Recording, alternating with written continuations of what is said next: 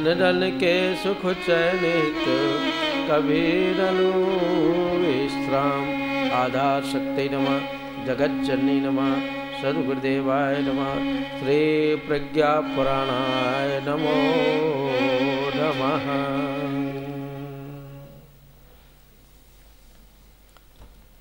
इस पावन ज्ञान यज्ञ में समागत हमारे अपने ही जागरूक आत्मीय बंधुओं, देवी स्वरूपा माताओं बहनों, भगवान की अहत की कृपा हम लोगों के ऊपर हुई और हम लोग सभी सम्मिलित होकर युग ऋषि की युगवाणी को प्रज्ञा पुराण कथा के माध्यम से सुन रहे हैं। सुनना एक बहुत बड़ी क्रिया है। व्यक्ति जो कुछ सुनता रहता है, जीवन में उसके वैसा ही व्यवहार, वैसा ही कार्य होने लगता है। भक्तों के पद सुनते सुनते व्यक्ति के जीवन में भक्ति उमड़ने लगती है। इसी प्रकार युग धर्म निर्वाह करने के लिए युग के अनुरूप जो भी चिंतन हम निरंतर सुनेंगे तो सुनिश्चित ही युग निर्माण करने के लिए प्रेरित हो सकेंगे। श्रोता वही है जो सुने और अपने भीतर गुने। एक चित्रकार ने 3 मूर्तियां बनाई। तीनों का कद एक सा, तीनों का डेकोरेशन एक सा, तीनों का वजन एक सा, तीनों मूर्तियां एक सी दिखाई देती थी। ग्राहक खरीदने के लिए आया। ग्राहक ने पूछा, चित्रकार ये कितने कितने की मूर्तियां हैं? चित्रकार ने कहा एक 5 रुपए की मूर्ति है, एक 25 रुपए की मूर्ति है, एक 50 रुपए की मूर्ति है। क्यों? तीनों एक सी हैं, तीनों का एक सा डेकोरेशन है, तीनों का एक सा वजन है, लेकिन इनकी कीमत में इतना अंतर क्यों? कहा जो 5 रुपए वाली मूर्ति है ना, उसकी यह विशेषता है कि इसके किसी भी कान में कंकड़ डालो, इस कान में कंकड़ डालो तो इधर से बाहर निकल आएगा, इस कान में कंकड़ डालो तो इधर से बाहर निकल आएगा। और ये जो 25 रुपए वाली मूर्ति है, इसकी ये विशेषता है कि इसके किसी भी कान में कंकड़ डालो, मुंह से बाहर निकल आएगा। और जो 50 रुपए वाली मूर्ति है, उसकी ये विशेषता है कि इसके किसी भी कान में कंकड़ डालो, सीधा पेट में पहुंच जाता है। बंधुओं, श्रोता भी 3 प्रकार का होता है। इस कान से सुना और इस कान से निकाल दिया, ये 5 रुपए वाला श्रोता है। कानों से सुना और मुंह से बता दिया कि कथा ऐसी हुई, ये 25 रुपए वाला श्रोता है। लेकिन जो सच्चा श्रोता होता है, वो किसी भी ज्ञान की बात को सुनकर के हृदयंगम करता है, पेट में पचाता है। यह सच्चा श्रोता है। आज हमको सच्चा श्रोता बनना है। श्रोता भी 3 प्रकार के हैं, एक श्रोता, एक सोता, एक सरौता है। सरौता कैसा? सारी दुनिया की चीजें कथा में ही आती हैं। सास बहू के झगड़े कथा में ही आते हैं, राजनीति की बातें कथा में ही आती हैं। इधर उधर के सारी बातों करने का स्थान कथा का पंडाल ही होता है। इधर पंडित जी की कथा शुरू हुई, इधर अपनी भी कतरनी चली, ये सरौता है। और सोता कैसा? अगर आपको नींद की बीमारी हो, नींद नहीं आती हो, तो आप कथा में चले जाइए। कथा शुरू होते ही बड़ी प्यारी प्यारी नींद आएगी। क्यों? क्योंकि हमारा अन्नमय कोष जाम हो चुका है। हमको जो खाना चाहिए वो हम खाते नहीं हैं, जो नहीं खाना चाहिए वो खाते हैं। और अन्नमय कोष शुद्ध न होने के कारण ज्ञान की बात कान में पड़ते ही नींद आ जाती है। सोने लगते हैं, कई लोग खर्राटे भरने लगते हैं कथा में, ये सोता है। और श्रोता किसे कहते हैं? जो डूब करके सुनता है, जो आनंद पूर्वक सुनता है, जो जागरूक होकर के सुनता है, वो सच्चा श्रोता है। आइए आज के पावन प्रज्ञा पुराण की कथा को भी हम हृदय पटल खोल करके सुने, कान खोल करके सुने। जो भी इस कथा को ध्यान पूर्वक सुनते हैं उनको भगवान का प्यार प्राप्त होता है, विकृति दूर होती है, संस्कृति जागती है, जीवन का बोध होता है और भगवान का अनुग्रह हमारे ऊपर बरसने लगता है। इसलिए हृदय पट खोल करके आज के पावन प्रज्ञा पुराण की कथा के प्रसंगों को आप सुने। सुनो हृदय पट खोल, सुनो हृदय पट खोल, सब जन यह प्रज्ञा पुराण है। सुनो हृदय पट खोल, सब जन यह प्रज्ञा पुराण है। सुनो हृदय पट खोल, यह प्रभु का संदेश, इसमें युग ऋषि का तप प्राण है। यह प्रभु का संदेश, इसमें युग ऋषि का तप प्राण है। सुनो हृदय पट खोल, सब जन यह प्रज्ञा पुराण है। सुनो हृदय पट खोल।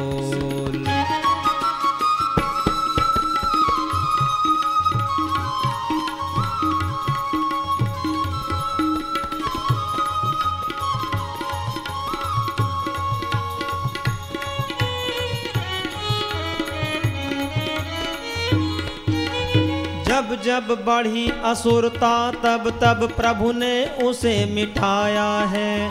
जब जब बढ़ी असुरता, तब तब प्रभु ने उसे मिटाया है। प्रभु के संग संग युग दूतों ने निज कर्तव्य निभाया है। प्रभु के संग संग युग दूतों ने निज कर्तव्य निभाया है। जागृत हो युग दूत जिससे,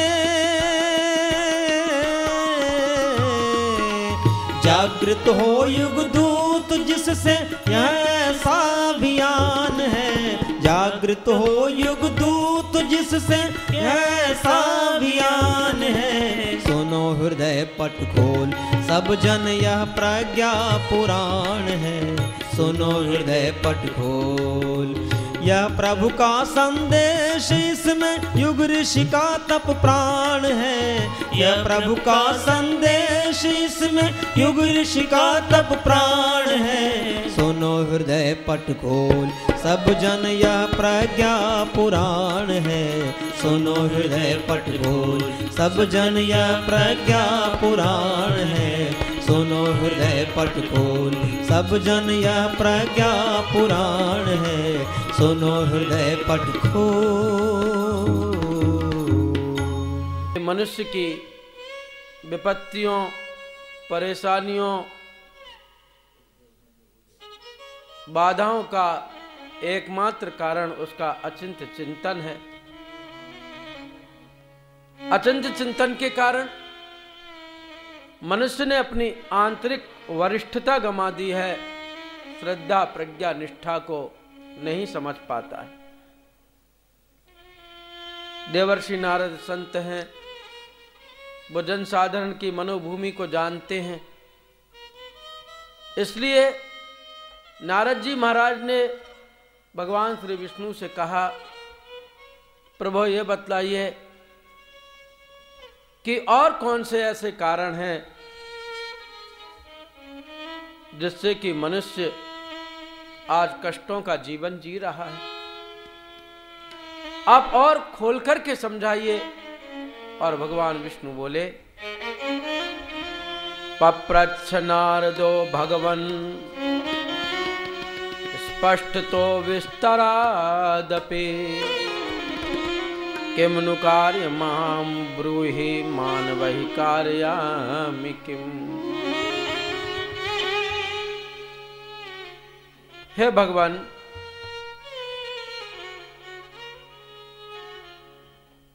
मनुष्य जीवन की विपत्तियों का और क्या कारण है जिससे कि वह कष्ट पाता है, कृपया यह बात पूर्ण रूप से समझा करके आप हमको बतलाइए। भगवान विष्णु ने कहा, नारद, मनुष्य आज श्रेष्ठ संस्कारों को छोड़ चुका है। कुसंस्कार और विकार उसको अपने जीवन का बोध नहीं होने देते। व्यक्ति महानता को छोड़कर संकीर्णता में फंस गया है।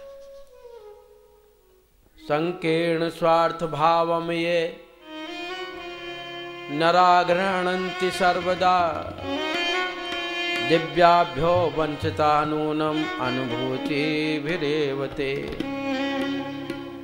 अचिंत्य चिंतन का कारण एक ये भी है कि व्यक्ति सदैव संकीर्ण चिंतन करता रहता है, हृदय को विशाल नहीं बना पाता। परिणाम स्वरूप वह दिव्य अनुभूतियों से वंचित रह जाता है। जो जितना संकीर्ण होगा वह उतना ही कष्ट पाता है। आज हम रिजर्व रहना सीख गए, जबकि मनुष्य एक सामाजिक प्राणी है। समाज ने हमको कितने अनुदान दिए। समाज का प्रत्येक वर्ग मनुष्य का साथी सहचर है, लेकिन मनुष्य अपने आप में ही खो गया, अपने आप में ही डूब गया। और इस कारण वह दिनों दिन विकारों में पड़ता हुआ चला गया। विकार ने मनुष्य का संस्कार बिल्कुल नष्ट कर दिया। और ये संकीर्ण स्वार्थ भाव को ही तो भवसागर कहा गया है। भगवान विष्णु देवर्षि नारद से कहते हैं, संकीर्ण स्वार्थ परतैव विद्यते भवबंधनम, लोभ मोहावहंकार इति तस्यास्त्र्यः सुतः। इदं कुटुंबं यत्रापि वासमाधास्यते ध्रुवम्, आत्मप्रताडनां लोकवर्षणां प्राप्नुवन्ति च। हे नारद, मनुष्य के अचिंत्य चिंतन और अनुपयुक्त आचरण का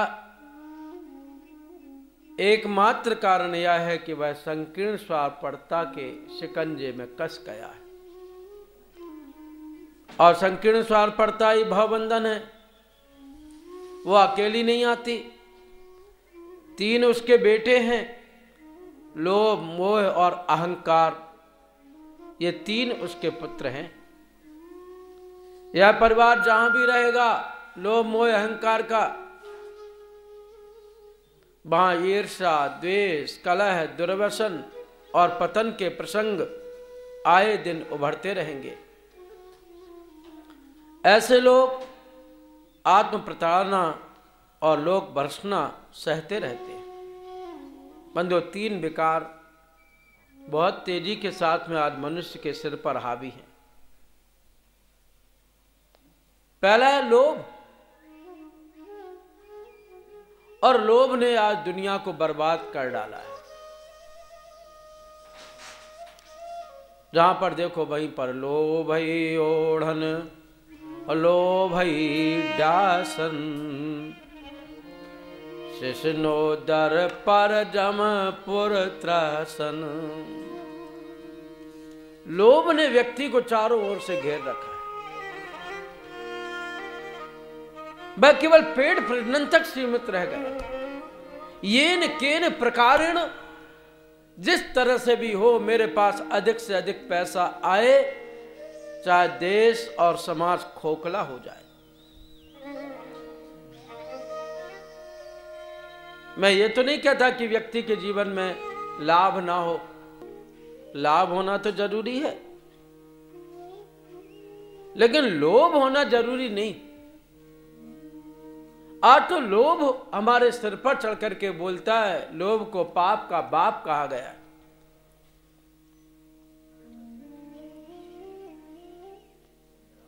मछली कैसे फंसती है?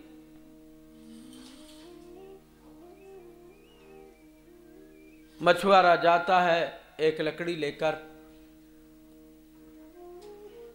उस लकड़ी में धागा बांधता है, धागे में लोहे का कांटा लगाता है, कांटे में आटे की गोली चिपका देता है और नदी या तालाब में वो पानी में उस धागे को कांटे के साथ डुब डुब करता है, पानी में चलाता है। मछली सोचती है ये कोई मुझे दाना खाने के लिए दे रहा है, और जैसे ही मछली उस आटे की गोली को गप करना चाहती है, ठप से उसका मुंह फंस जाता है और झट से पकड़ करके वह उसको अपनी डलिया में रख लेता है। मछली क्यों मारी गई? लोभ के कारण मारी गई।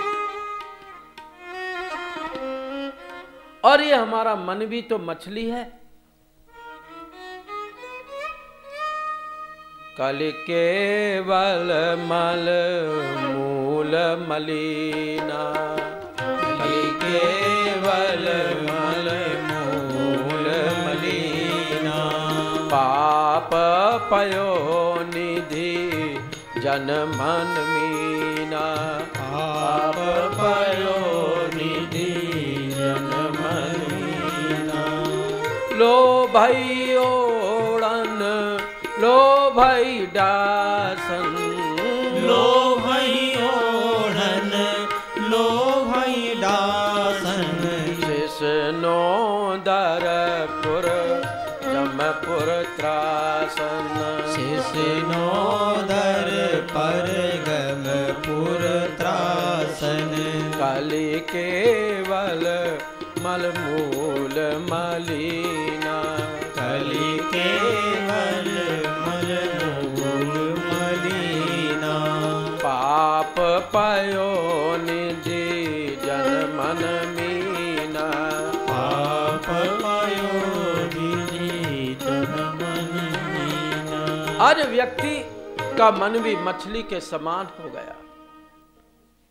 जैसे मछली के ऊपर पानी, नीचे पानी, बाहर पानी, भीतर पानी, जैसे मछली के चारों ओर पानी रहता है, वैसे आज प्राणी के चारों ओर भी लोभ ने डेरा डाल रखा है। और ये लोभ कितना घातक होता है। 3 चोर थे, रात में उन्होंने बहुत बड़ी चोरी की, खूब धन मिला।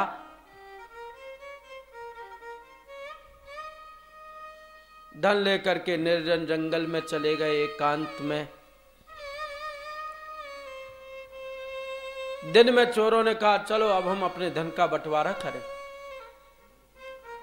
एक चोर के मन में पाप का बाप आया, भाई इतने जल्दी क्या है, ये दौलत ये धन तो अपनी ही है, पहले हम लोग भोजन कर लें, पानी पी लें, आराम कर लें, तब धन बांट लेंगे। एक चोर टिफिन लेकर के होटल पर भोजन लेने के लिए चला गया, दूसरा चोर डिब्बा लेकर के कुएं पर पानी लेने के लिए चला गया, और तीसरा चोर बंदूक लेकर के धन की रखवाली के लिए खड़ा हो गया। जो चोर बंदूक लेकर के खड़ा हुआ था उसके मन में पाप का बाप आया, लोभ आया, क्यों ना मैं इन दोनों को गोली से शूट कर दूं, दोनों मरेंगे, सारी दौलत मेरी हो जाएगी। जो भोजन लेने के लिए गया था उसके मन में भी लोभ आया, क्यों ना मैं इस भोजन में जहर मिला दूं, मैं तो कह दूंगा कि मेरे सिर में दर्द है, दोनों चोर खाएंगे, मर जाएंगे, सारी दौलत मेरी हो जाएगी। जो पानी लेने के लिए गया था उसने भी सोचा पानी में मैं जहर मिला दूं, चोर लोग ऐसी चीजें रखे ही रहते हैं, दोनों पिएंगे, मर जाएंगे, सारी दौलत मेरी हो जाएगी। जैसे ही पानी लेकर के चोर वापस हुआ कुएं से, पेड़ के पीछे से दूसरे चोर ने उसको गोली मार दी ठाएं, और वो चोर वहीं पर मर गया। उसका पानी का डिब्बा उठा करके उस चोर ने अपने पास में रख लिया। जो भोजन लेकर के आ रहा था वह भी पेड़ की ओर दौड़ा गोली की आवाज सुनकर, और जैसे ही वो पास में आया चोर ने उसको भी गोली मार दी ठाएं, वो भी मर गया। बड़ा खुश होने लगा, आहा हा हा, दोनों कांटे हटे। इतना धन, इतनी दौलत, अब मैं इतना बड़ा आदमी बन जाऊंगा, ऐसा कारखाना डालूंगा, ऐसा बंगला बनवाऊंगा, ऐसी कोठी खड़ी करूंगा, ऐसा विवाह रचाऊंगा, ऐसी गाड़ी खरीदूंगा। ओहो, दोनों चोर भी मर गए, भोजन भी आ गया, पानी भी आ गया। भोजन करूं, पानी पीऊं, फिर तो सारी दौलत मेरी है ही। ऐसा सोच करके उस चोर ने भोजन निकाला, खाना खाया, पानी पिया, और 10 मिनट बाद तड़प तड़प करके वह चोर भी वहीं मर गया, क्योंकि भोजन और पानी में जहर मिला था। माखी गुड़ में गड़ी रहे, पंख रहो लपटाए, हाथ मले अरु सिर धुने, लालच बुरी बलाए। ये लालच बला बनकर के आज हमारी खोपड़ी पर सवार हो गया। इसने आज मनुष्य का जीना हराम कर रखा है। देखो तो लोभ कितना घातक होता है, लोभ में आदमी कैसे फंसता है, उसके विषय में कहा है। धन साधन भोजन जर जमीन, होता है लोभ पदार्थों का, होता है लोभ पदार्थों का, होता है लोभ पदार्थों का। इनका सीमित उपयोग ठीक, इनका सीमित उपयोग ठीक है, लोभ कुबीज अनर्थों का। इनका सीमित उपयोग ठीक है, लोभ कुबीज अनर्थों का। इनका सीमित उपयोग ठीक है, लोभ कुबीज अनर्थों का। लोभी की गतियाँ होती है,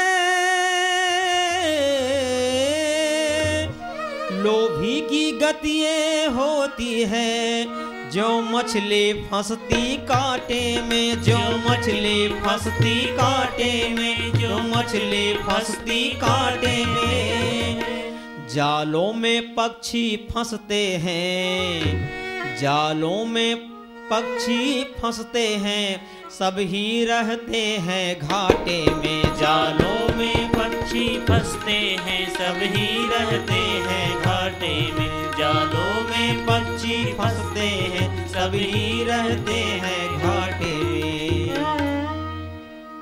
लोभ जैसे विकारों ने आज हमारे देश के संस्कार की फसल को सुखा दिया है। लोभ मनुष्य के जीवन पर आता है तो केवल अज्ञान के सिवा कुछ शेष रहता नहीं। ये विकार रूपी चोर हमारे हृदय रूपी तिजोरी में घुसकर हमारे ज्ञान रूपी हीरे का हरण कर रहे हैं। काम क्रोधस्य लोभश्च देहे तिष्ठन्ति तस्करः, ज्ञान रत्नापहाराय तस्मात् जागृत जागृत। हे मनुष्यों, जागते रहो, जागते रहो, जागते रहो। ये विकार रूपी चोर हमारी कीमती वस्तु का हरण कर रहे हैं, और वो कीमती वस्तु क्या है? वो है ज्ञान। ज्ञान के खो जाने के कारण ही व्यक्ति अज्ञान में पड़ता है, और अज्ञान ही सभी दुखों का मूल है।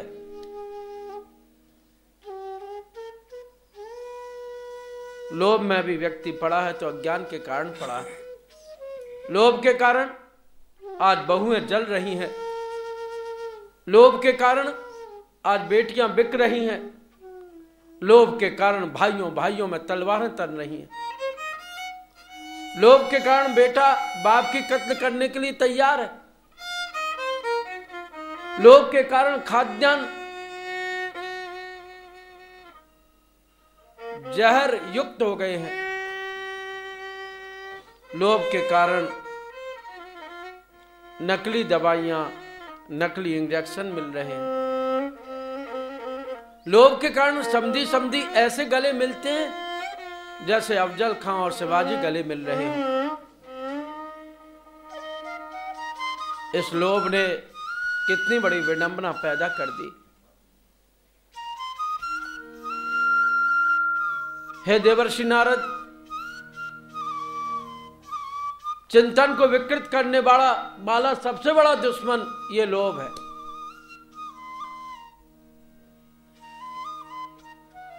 और लोभ के साथ एक और दुश्मन जुड़ा है, एक और घातक विकार है, वह है मोह।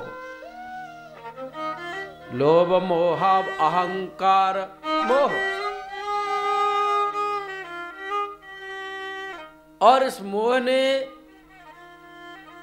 व्यक्ति को महान स्वार्थी बना दिया। मनुष्य सामाजिक प्राणी है, लेकिन वह संकीर्ण दायरे में फंस करके रह गया। मोह तो सारे दुखों को देने वाला है। मोह सकल व्याधिन ते मूला, मोह सकल व्याधिन ते मूला, तेहि ते पुनि उपजत बहुशूला, तेहि ते पुनि उपजहु बहुशूला। मोह निशा सब सोवनिहारा, मोह निशा सब सोवनहारा, देखिय स्वपन अनेक प्रकार, देखई स्वप्न अनेक प्रकारा। मोह सकल व्याधिन ते मूला, मोह सकल व्याधिन ते मूला, तेहि ते पुनि उपजत बहुशूला। तेहि ते पुनि उपजत बहुशूला। मनुष्य जीवन में सभी दुखों को देने वाला यह मोह है। जैसे किसी आदमी का पेट खराब हो जाए तो सारी बीमारियां पेट से ही शुरू होती हैं, वैसे सारी आदि व्याधियां यदि मनुष्य के जीवन में आती हैं तो उनकी जड़ मोह है। मोह को तो साक्षात कुंभकर्ण कहा गया है।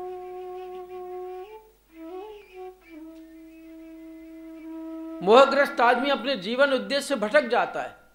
जब पढ़े लिखे आदमी से पूछते हैं कि तुमने अपनी जिंदगी में क्या किया, कोई सामाजिक कार्य किया, भगवान की भक्ति की, कभी किसी की सेवा में दौड़े,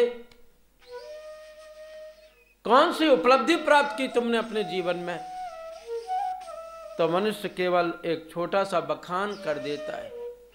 आदमी कहता है क्या पता साहब कब मेरा जन्म हुआ, कब मैं किलकारियां भरने लगा, कब मैं उवा करके रोने लगा, कब मैं दूध की बोतल से दूध पीने लगा, कब मैं पालने में झूलने लगा, कब मैं घुटियों घुटियों चलने लगा, कब मैं उंगली पकड़ करके चलना सीख गया, कब मैं तोतली बोली में बोलने लगा,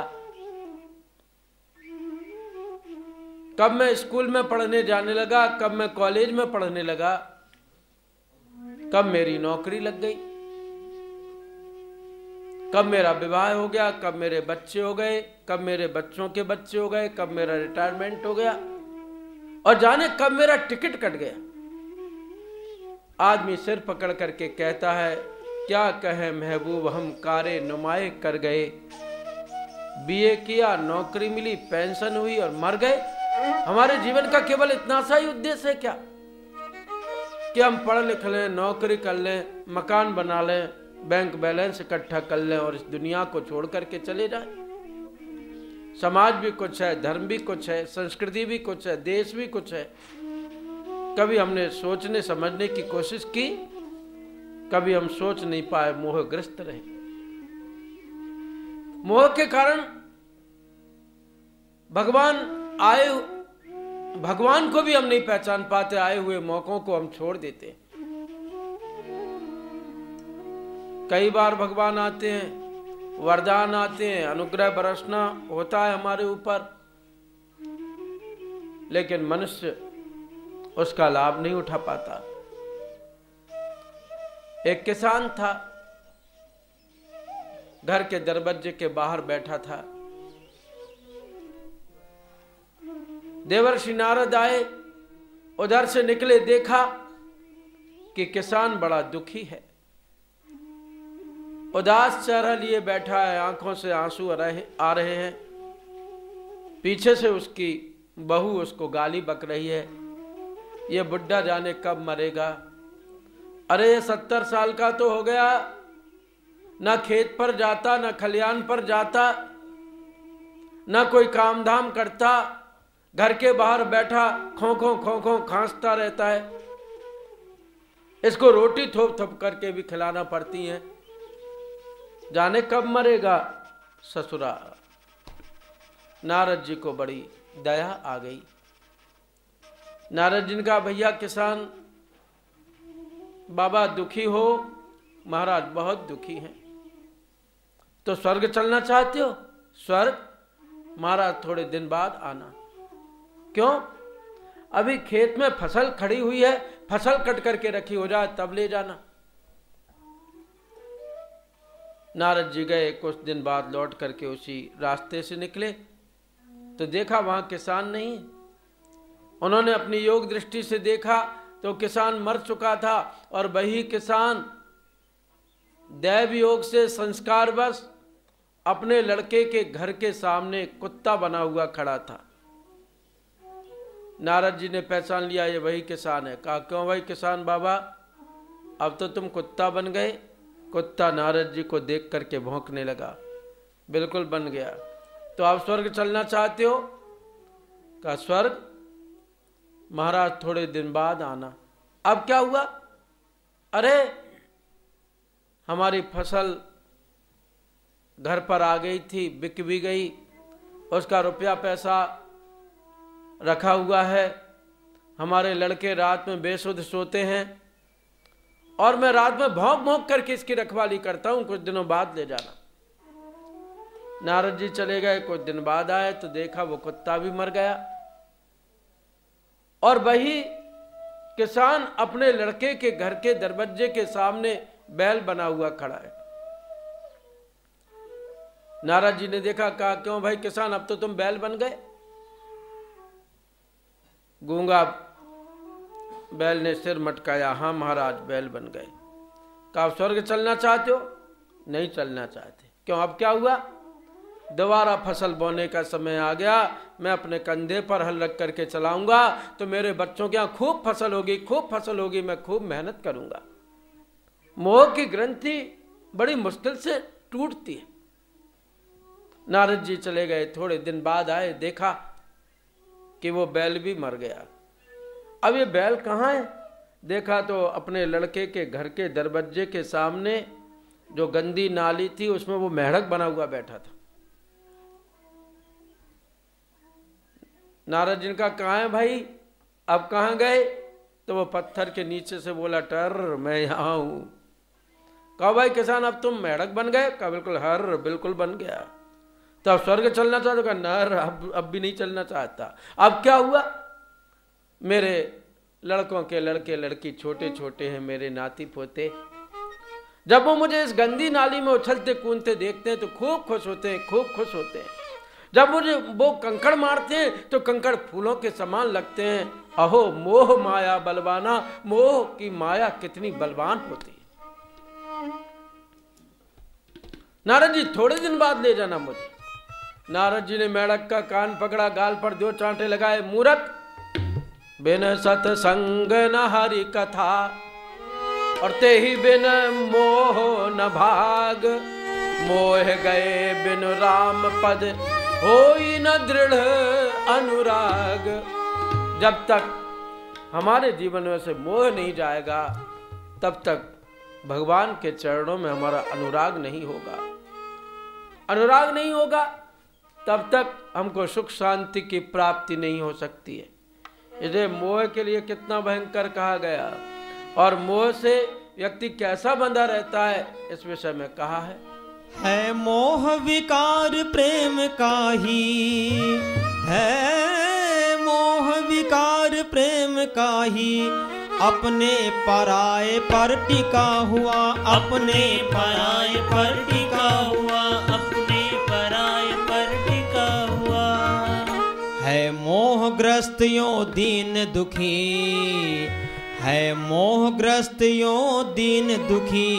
जैसे ज्वारी हो बिका हुआ, है मोहग्रस्त यों दीन दुखी। जैसे ज्वारी हो बिका हुआ, है मोहग्रस्त यों दीन दुखी। जैसे ज्वारी हो बिका हुआ। यह बंधन इतना रोचक है, यह बंधन इतना रोचक है। प्राणी सुख से बंध जाता है, प्राणी सुख से बंध जाता है, प्राणी सुख से बंध जाता है। जन्मों जन्मों तक कुढ़ता है, जन्मों जन्मों तक कुढ़ता है। पर मुक्त नहीं हो पाता है, जन्मों जन्मों तक कुढ़ता है। पर मुक्त नहीं हो पाता है, जन्मों जन्मों तक कुढ़ता है। पर मुक्त नहीं हो पाता है। ये विकार आदमी को मुक्त नहीं होने देते। मोहग्रस्त आदमी केवल एक दायरा बना लेता है अपना, उससे आगे वो उठ ही नहीं पाता। एक सुअर का बच्चा कीचड़ में पड़ा हुआ था, संत उधर से निकले।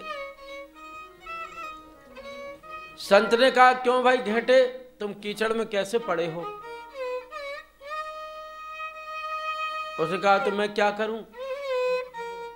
कहा, चलो तुमको स्वर्ग ले चलूं। वो सुअर का घेंटा नारद जैसे संत के पीछे पीछे चलने लगा। थोड़ी दूर जाकर के घेंटे ने कहा, महाराज जी ये बताइए कि स्वर्ग में मिलेगा क्या? का स्वर्ग में क्या कहना स्वर्ग का? मां नंदन वन मिलेगा तुमको, कल वृक्ष की छाएं मिलेगी, कल वृक्ष के सुंदर सुंदर फल मिलेंगे, सरस अप्सराओं का नृत्य, गंधर्वों का गान सुनने को मिलेगा, देवोपम भोग प्राप्त होंगे, सुंदर फैनल सैया तुमको सोने को मिलेगी। सुअर के बच्चे ने कहा, महाराज जी ये बताओ वहां पर कीचड़ मिलेगा कि नहीं, मल मिलेगा कि नहीं, वहां पर मेरे भाई बंद मिलेंगे कि नहीं? मूर्ख, इन सब चीजों की स्वर्ग में क्या आवश्यकता? तो मैं फिर कीचड़ में ही ठीक हूं। आदमी भी यही सोचता है कि वहां क्या मिलेगा। प्रवचन में जाऊंगा, सत्संग में जाऊंगा, मंदिर में जाऊंगा, अच्छे कार्य में जाऊंगा, तो वहां क्या मिलेगा? अगर वहां फिल्मी गाने नहीं मिलेंगे तो मैं क्यों जाऊं? आदमी इसी प्रकार से केवल अपने मतलब की बात सोचता है, इतना मोहग्रस्त हो गया। और इस मोहग्रस्तता के कारण व्यक्ति अपना आत्म विकास नहीं कर पाता है, आत्म कल्याण नहीं कर पाता है। मोह भी व्यक्ति को संकीर्ण स्वार्थपरता में बांधता है। और तीसरा एक और बहुत बड़ा विकार है नारद, जो मनुष्य को आत्मचिंतन की ओर उन्मुख नहीं होने देता, जो चिंतन को विकृत कर देता है। लोभ मोह अहंकार इति तस्यास्त्र्या सुतः आत्म प्रताड़नाम लोक वर्षनाम प्राप्नुवन्ति च। लोभ मोह के साथ में अहंकार यदि मनुष्य के जीवन में आ जाता है तो वह आत्म प्रताड़ना, आत्म प्रवंचना और लोक वर्षना का ही कारण बनता है। आज सारी दुनिया में अहंकार की लड़ाई है, चाहे सारे राष्ट्र युद्धोन्माद में जी रहे हों, चाहे जमीन जायदाद के झगड़े हों, चाहे राजनीतिक उठापटक हो, सब जगह अहंकार कार्य कर रहा है। केवल मैं दिखाई दूं और कोई दिखाई दे या ना दे। आज मनुष्य जीवन अहंकार में पड़ा है, मैं दिखाई दूं। कुंभकर्ण की मूंछ के विषय में मैंने सुना है कि 5 किलोमीटर इधर थी, 5 किलोमीटर इधर थी, 10 किलोमीटर की मूंछ थी कुंभकर्ण की। लेकिन आज के व्यक्ति की मूंछ कितनी लंबी है। अगर वो ये गायत्री नगर के सामने ऋषिकेश रोड पर खड़ा हो जाए आदमी, तो अहंकार की मूंछ इतनी लंबी है कि एक तरफ की मूंछ दिल्ली से जाकर के टकराएगी, एक तरफ की मूंछ देहरादून से आगे निकल जाएगी। केवल मैं दिखाई दूं, मेरी बात मानो, मेरी सुनो। आदमी इसी मैं में जीता रहता है और इस मैं के कारण उसको तू दिखाई नहीं देता, मैं के कारण हम दिखाई नहीं देते, मैं के कारण वह भगवान दिखाई नहीं देता। आदमी अहंकार में अंधा हो जाता है, मदहोश हो जाता है और बड़ी बड़ी चीजों का अहंकार हो तो भी ठीक है। बहुत बड़े उद्योगपति हैं, अरबों से संपदा है, ठीक है, आपको अहंकार है।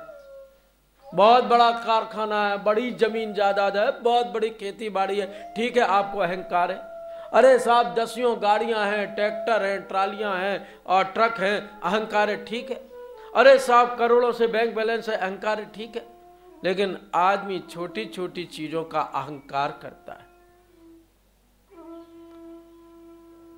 प्रदर्शन करता है, दंभ भरता है। कोई 1-1.5 तोले की सोने की चैन पहन करके आता है तो उसको कुर्ते के बाहर बटन में से निकाल करके बतलाएगा, देखा मैं 1.5 तोले की सोने की चैन पहने हुए हूं।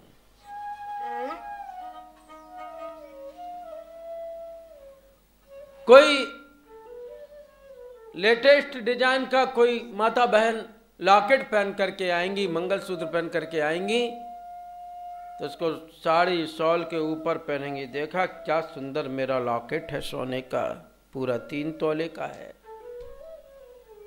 कोई अपनी अंगूठियों का अहंकार बतलाता है, चारों उंगलियों में देखो कितनी सुंदर सुंदर अंगूठी, ऐसे ऐसे बैठेगा कि अंगूठी दिखाई दे।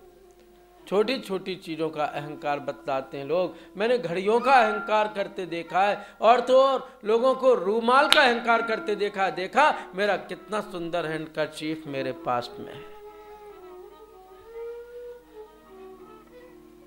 लेकिन ये अहंकार किसी का रहता है। अरे हम और आप तो कहां हैं, मन पछते है अवसर बीते, अब ना थई अनुराग जागरण त्याग दुरासा जीते। अरे सहस बाहु 10 बंधन आदि न बचे न काल बलीते, हम कर धन धाम समारे अंत चले उठ रीते। ये अहंकार टिक नहीं पाता। सिकंदर ने सारे विश्व पर विजय प्राप्त करने का सपना देखा था, सारे विश्व को रौंदता रौंदता सिकंदर भारत में भी आया। पंजाब प्रांत के रावी नदी के तट पर उसने डेरा डाला, उसको हार्ट डिसीज हो गई। वैद्यों ने नब्ज देखी, सिकंदर तुमको हृदय रोग हो गया है, तुम कुछ ही दिन के मेहमान हो। सिकंदर हंस पड़ा। तो मुझे किस चीज की चिंता? क्यों? मैं विश्व विजेता हूं। ये सोना, ये चांदी, ये हीरे, ये मोती, ये वस्त्र, ये अन्न, ये अनाज, ये घोड़े, ये हाथी सब मेरे हैं। सेनापतियों, जब मैं मरूं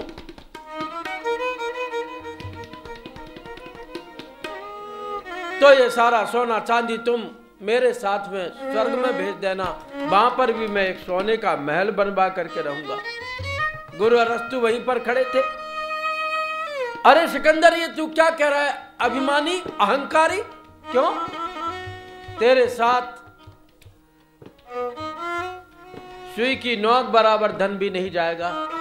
क्यों? ये सारी दौलत मेरी है, ये सोना मेरा है, ये चांदी मेरी है, ये हीरे मेरे हैं, ये मोती मेरे हैं। का बकरे जैसा मैं मत कर। तेरे साथ में तेरा किया हुआ कर्म जाएगा। क्या ये सच है गुरुदेव? अरस्तु ने कहा, सिकंदर मैं सच कह रहा हूं। सिकंदर रो पड़ा और अपने सेनापतियों से कहा, सेनापतियों, जब मैं मरूं, मेरा ताबूत बने, मेरा जनाजा उठे, तो कफन से मेरे दोनों हाथ बाहर निकाल देना, जिससे कि सारी दुनिया के लोग देख सके। इकट्ठे घर, जहां के जर, सभी मुल्कों के माली थे। सिकंदर जब गया जग से तो दोनों हाथ खाली थे। दोनों हाथ खाली लेकर के सिकंदर गया। आप किसी भी बच्चे के हाथ देखना जो जन्म लेता है, उसकी मुट्ठियां बंधी ही रहती हैं। भगवान ने दाता बना करके हमको भेजा है, लेकिन अहंकार के कारण आप किसी भी मुर्दे के हाथों को देखना, उसके हाथ खुले ही रहते हैं। हम भिखारी बन करके दुनिया से जा रहे हैं। अहंकार के कारण हम दुनिया की वास्तविकता को नहीं समझ पाए।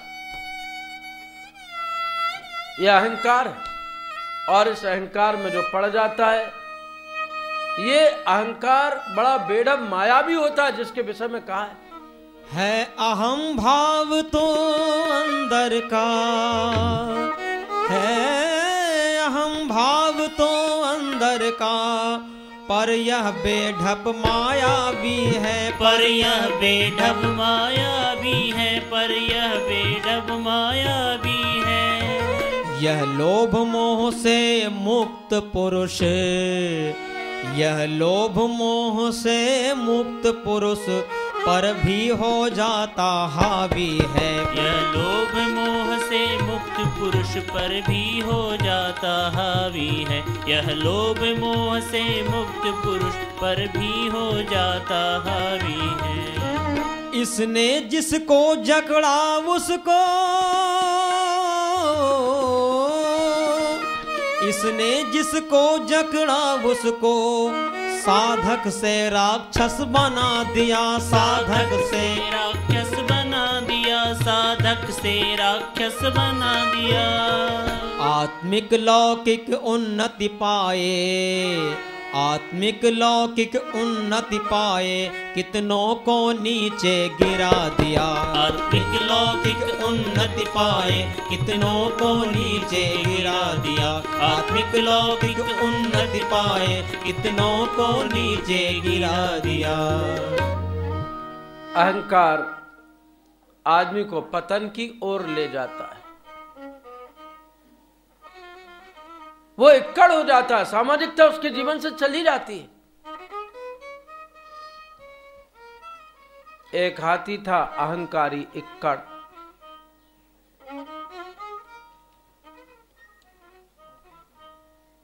हाथियों के झुंड के साथ में जा रहा था।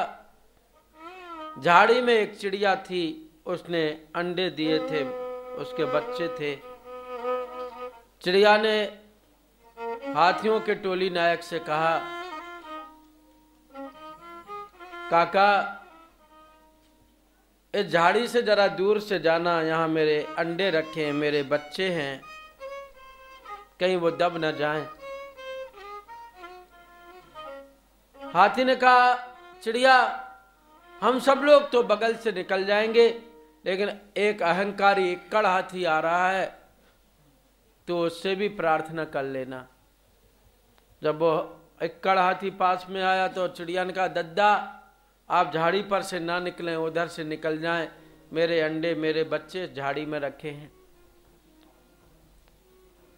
हाथी अहंकारी था, वो किसी की प्रार्थना को क्यों सुनता। उन्हें जानबूझ करके झाड़ी पर अपना पैर रख दिया, अंडे बच्चे मर गए, चिड़िया बिलखने लगी, रोने लगी। उसके दो दोस्त थे, एक कौआ एक मेढक। वो आ गए, चिड़िया गुड़िया क्या बात है? कहा, इस इक्कड़ हाथी ने मेरे बच्चे मेरे अंडों को मार दिया, अब मैं अकेली हो गई, क्या करूं? कहा, कोई बात नहीं, अभी हम इसका बदला लेते हैं। कौए ने उड़ उड़ कर अपनी चोंच से उस इक्कड़ हाथी की आंखें फोड़ दी।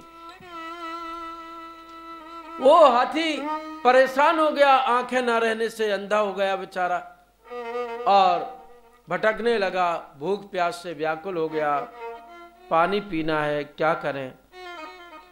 तो वो जो मेढक था वो पहाड़ी के पास में गया, वहां टर टर करने लगा। हाथी ने सोचा मेढक उधर बोल रहा है, शायद वहां पानी होगा। फिर मेढक इस तरफ चला गया तो हाथी ने सोचा उधर पानी होगा।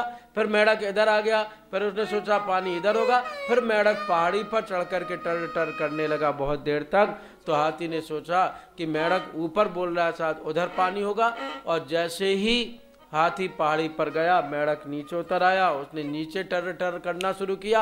हाथी ने सोचा नीचे पानी है, और हाथी जैसे ही पहाड़ी पर से उतरने लगा, चट्टान से टकराया और लुढ़क करके खाई में गिर करके मर गया। अहंकारी आदमी अपनी खाई खुद खोदता है, बस खुद अपना तो दूसरों का नुकसान तो करता ही है, अपना भी विनाश करा लेता है। नारद जी तो परम भगवती हैं, लेकिन नारद जी को बंदर जैसा क्यों नाचना पड़ा? भगवान शंकर जैसे जगत गुरु ने हाथ जोड़ करके समझाया था।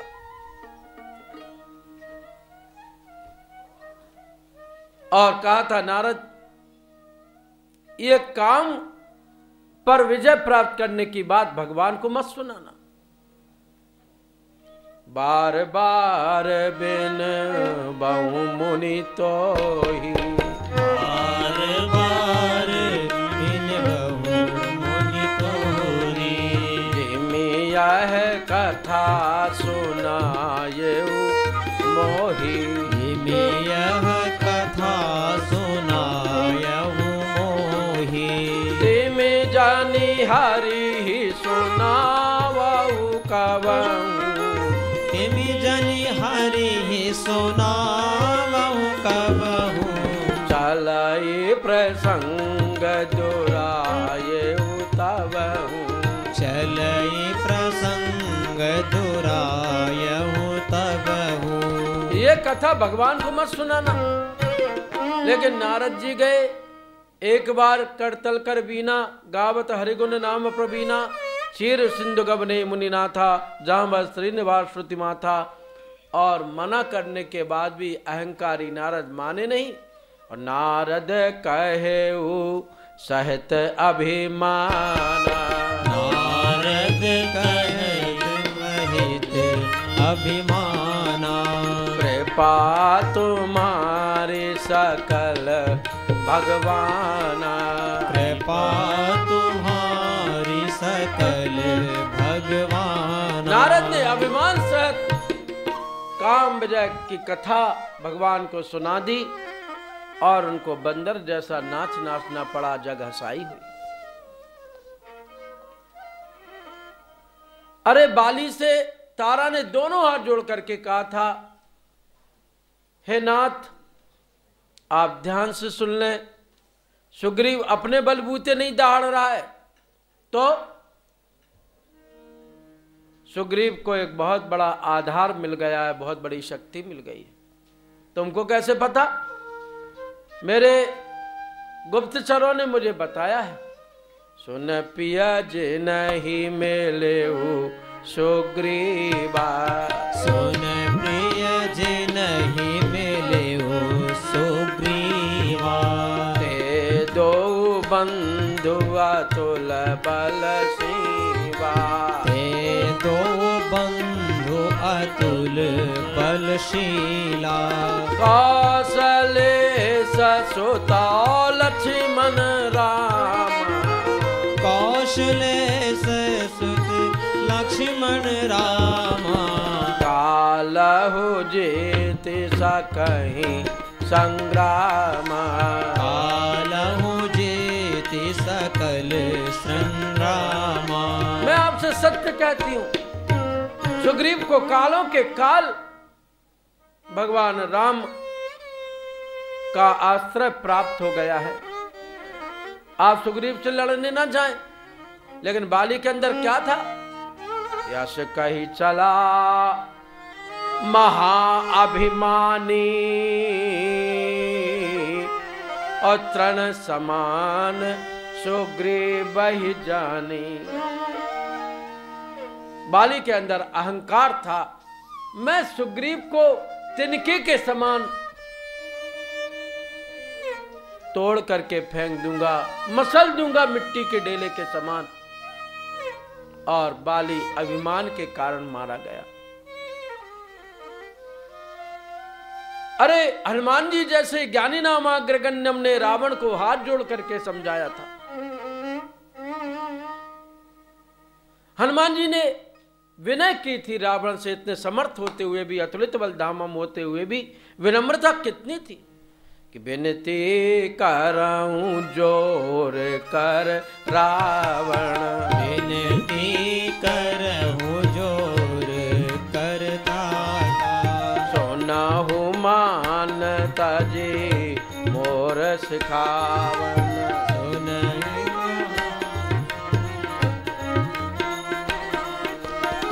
देखो तुम निज कुलहि बिचारी। देखो तुम निज कुलहि बिचारी। ब्रह्म तज भजाऊ भगत भयहारी। ब्रह्म तज भयहु भगति भयहारी। जाके डर अति काल डराई। जाके डर अति बाल डराही। जो सुर असुर चराचर खाई। जो सुर असुर चराचर खाही।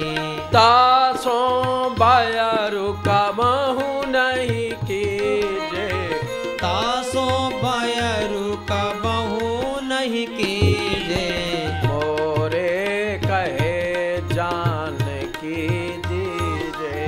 मोरे कहे जान की दीजे। मैं आपसे प्रार्थना कर रहा हूं कि आप जानकी जी को, भगवान श्री राम को वापस कर दीजिए। मैं हाथ जोड़ करके विनय कर रहा हूं। लेकिन रावण के अंदर क्या था? हनुमान जी की प्रार्थना का उसके ऊपर कोई प्रभाव नहीं पड़ा और व्यंग पूर्वक हंस पड़ा। बोला बचन बेहसी अभिमानी। कि मिला हम ही कपि बड़ गुरु ज्ञानी। ये ज्ञानी, ये गुरु हमको शिक्षा दे रहा है। और अभिमान के कारण रावण मारा गया। राम विमुख सहाल तुम्हारा, राह न कोकुल रोवन हारा। यह अहंकार आदमी को पतन की ओर ले जाता है। अहंकार जिसको हो जाता है पर वह दूसरों का अपकार करता है। इसलिए हे नारद, ये जो संकीर्ण स्वार्थपरता का परिवार है, इस परिवार को जीवन में से खत्म करना आवश्यक है।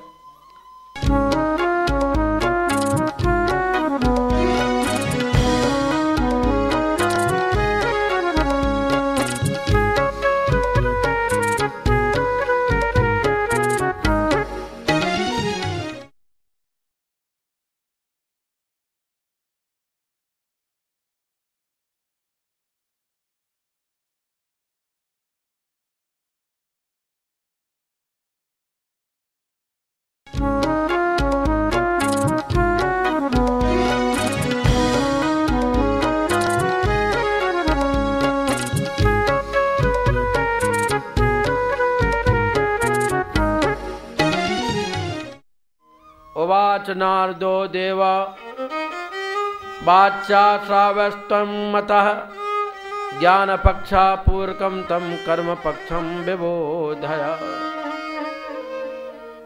भगवान आपने विकारों को मिटाने की बात कही, संस्कारों को जगाने की बात कही। अचिंत चिंतन का मूल कारण व्यक्ति के विकार हैं, लेकिन ये तो बताइए कि ये विकार मिटेंगे कैसे, क्या हमको करना होगा। उवाच विष्णु ज्ञानार्थम कथा प्रज्ञा पुराण जा विवेचा कर्मणे प्रज्ञा अभिनव्यानस्य विदेशबलम।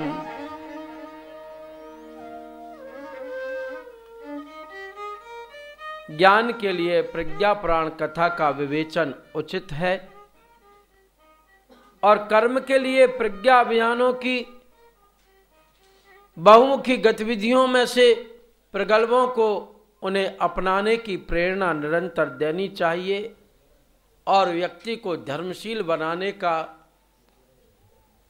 प्रयत्न पुरुषार्थ निरंतर करना चाहिए।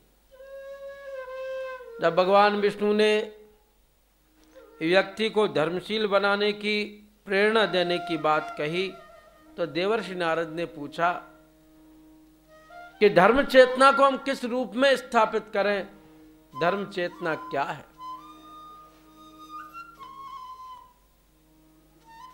भगवान विष्णु बोले, हे नारद, आज विविध रूपों में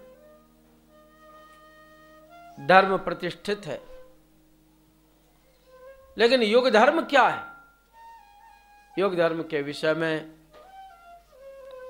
भगवान विष्णु ने देवर्षि नारद से कहा, धर्मस्य चेतनां भूयो जीवितां कर्तुमध्यतो अधिष्ठात्रीं युगस्यास्य महाप्रज्ञारितंबराम् गायत्रीं लोकचित्तेतां कुरु पूर्ण प्रतिष्ठितां पराक्रमं च प्रखरं कर्तुं सर्वत्र नारद। आज धर्म चेतना को पुनर्जीवित करने के लिए युग की अधिष्ठात्री महाप्रज्ञा ऋतंभरा गायत्री को लोकमानस में प्रतिष्ठित किया जाए। हे नारद, पराक्रम की प्रखरता के लिए सर्वत्र यज्ञी पवित्रता, उदारता एवं प्रचंडता को प्रखर करने की आवश्यकता है।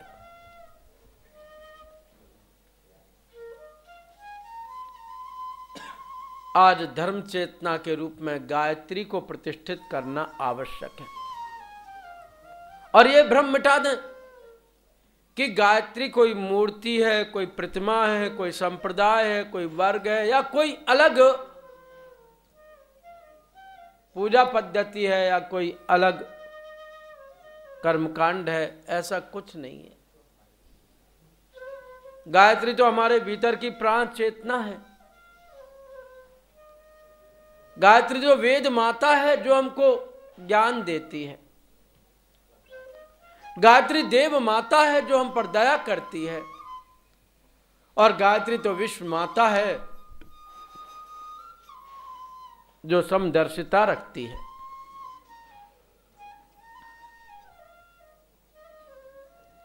गायत्री पारस है, कल्पवृक्ष है, कामधेनु है। इसे गायत्री आदमी को पूर्ण बनाती है, जड़ता हटाकर चेतना का विकास करती है और गायत्री युग शक्ति के रूप में युग परिवर्तन करती है। और ये समझ लीजिएगा कि अब गायत्री को युग शक्ति के रूप में प्रतिष्ठित करना ही होगा। हमने बहुत घिसा पिटा जीवन जी लिया, हम बहुत लकीर के फकीर बन चुके। अब हम आप सबको धर्म चेतना के रूप में गायत्री को प्रतिष्ठापित करना ही होगा अन्यथा मानवता का उद्धार नहीं हो सकता है। अवतरित हुई माँ गायत्री, अवतरित हुई माँ गायत्री, युग शक्ति बनी निश्चय जानो, आ गया समय युग बदलेगा, आ गया समय युग बदलेगा, इस काल शक्ति को पहचानो, इस काल शक्ति को पहचानो। अवतरित हुई माँ गायत्री,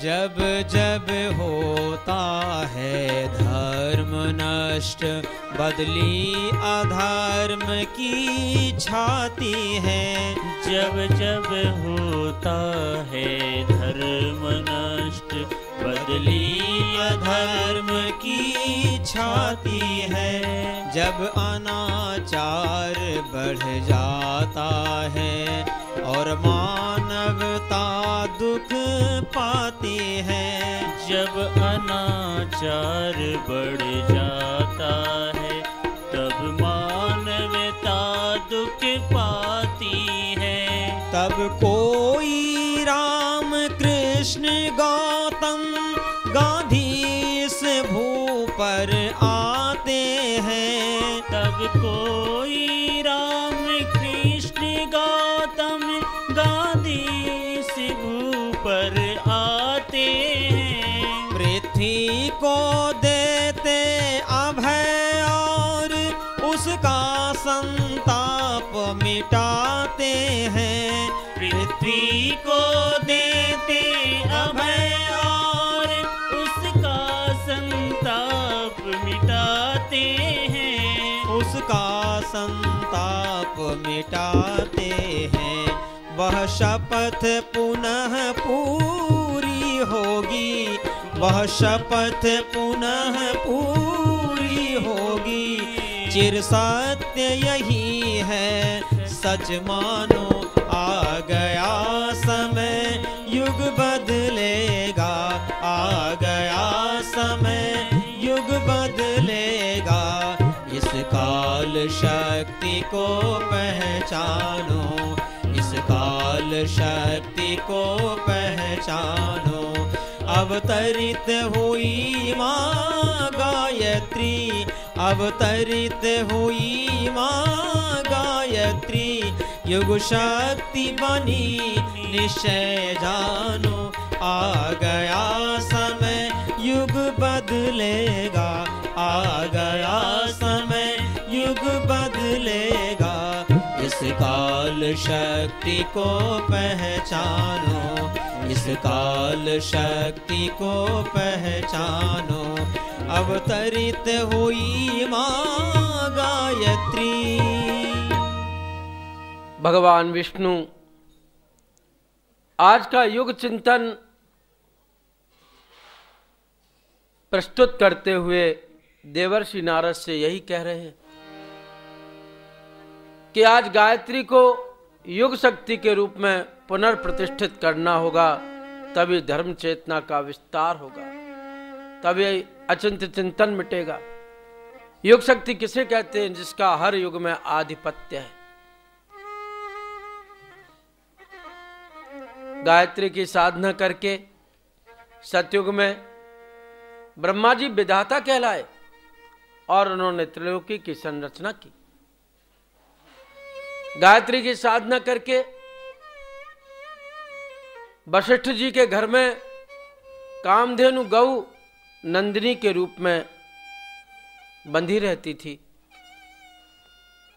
गायत्री साधना के द्वारा ही बृहस्पति समस्त देवताओं के देव गुरु कहलाए। गायत्री साधना से राजर्षि विश्वामित्र ब्रह्मर्षि विश्वामित्र में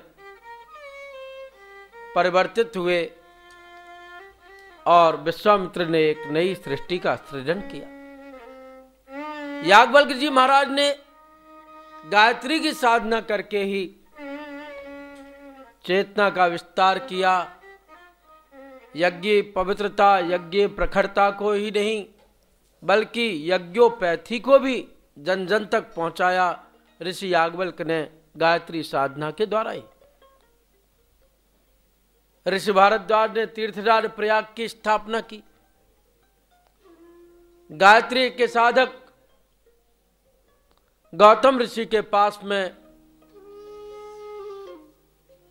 जो रिद्धि सिद्धि घूमती थीं और उन्होंने उस जमाने में पड़े हुए अकाल से राष्ट्र की रक्षा की, तो उसके पीछे गायत्री की चेतना ही कार्य कर रही थी। श्रृंगी ऋषि ने 4 दैदीप्यमान हीरक महाराजा दशरथ जी को दिए। श्री राम, लक्ष्मण, भरत, शत्रुघ्न, ये गायत्री साधना का ही उनके अंदर प्रताप था। अगस्त ऋषि ने गायत्री की साधना से ही समुद्र का पान कर लिया था। किन किन की बात कहें, गायत्री साधना से ही परशुराम जी ने 21 बार अन्याय पर विजय प्राप्त की थी। प्राचीन काल के जितने भी ऋषि हुए वे सब गायत्री के अनन्य साधक हैं। मध्यकाल में चाहे संत कबीर हो,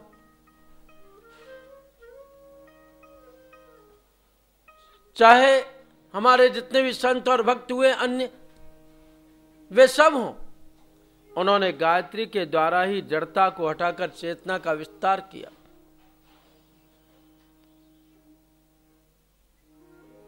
गोस्वामी तुलसीदास जी ने रामचरितमानस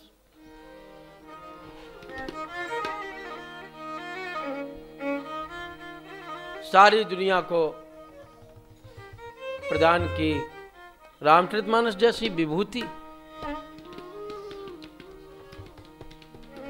अमूल्य निधि जनमानस के हाथों में है, उसके पीछे कौन सी शक्ति काम कर रही? रामचरितमानस के रचनाकार कौन है? स्पष्ट गोस्वामी तुलसीदास जी ने लिखा है कि मैं रामचरितमानस का रचनाकार नहीं हूं, मैं इसका कवि नहीं हूं। तो फिर कौन ने रामचरितमानस की संरचना की?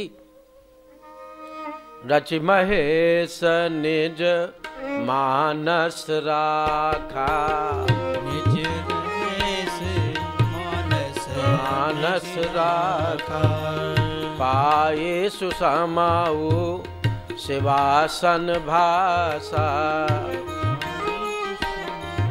शिवासन भाषा, ताते रामचरित मानस वर, ताते रामचरित मानस धरेउ नाम हिया हेतु हरसि हर, धरेउ नाम हिया हेतु हरसि हर।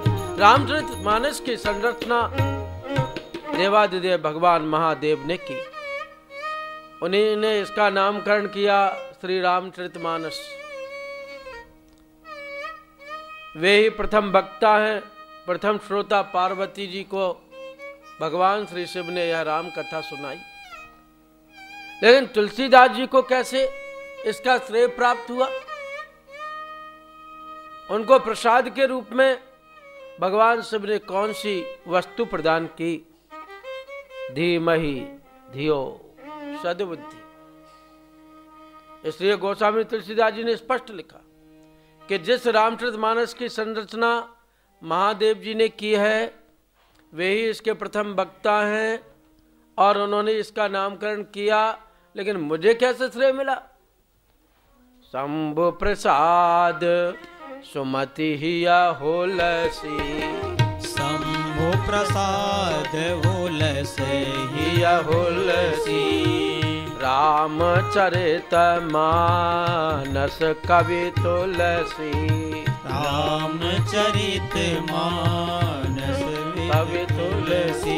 तुलसीदास जी रामचरितमानस के कवि बने, जबकि उसके पहले जब तक वो सुबुद्धि से सुमति से नहीं जुड़े थे, विप्र कुमार होने के कारण गायत्री साधना में हमेशा निमग्न रहते थे और उसकी कितनी बड़ी उनको उपलब्धि प्राप्त हुई। उसके पहले तो उन्होंने स्पष्ट लिखा कि कवि ना हो नहीं बचन प्रवीणु, सकल कला सब विद्याहीनु, कहाँ राम के चरित अपारा और कहाँ मति मोर निरत संसार। मेरी मति जो संसार में आसक्त है, लेकिन जब भगवान शिव के द्वारा सुमति का प्रसाद, गायत्री का प्रसाद गोस्वामी तुलसीदास जी को मिला तो वो रामचरितमानस के रचनाकार हो गए। सारी दुनिया कहने लगी तुलसी तुम निश्चित तुलसी थे, तुलसी जैसे हरे रहोगे, काव्य रूप विष्णु के ऊपर तुलसी जैसे चढ़े रहोगे। थे धर्म सुधारक महाकवि, ज्ञानी थे, परोपकारी थे, हिंदी भाषा के मंदिर के तुम एक अनन्य पुजारी थे, मृदुमानस का सर्वत्र सुलभ अनुपम प्रवाह तुम बहा गए। कागज के पन्नों को तुलसी, तुलसी दल जैसा बना गए, कागज के पन्नों को तुलसी, तुलसी दल जैसा बना गए। क्यों? गायत्री के प्रताप से, गायत्री की महिमा से। गायत्री हमेशा जब भी आती है तो ज्ञान के रूप में, विवेक के रूप में, चेतना के रूप में, प्राण शक्ति के रूप में व्यक्ति के मन में मचलती है। किन किन की बात कहें? लोकमान्य तिलक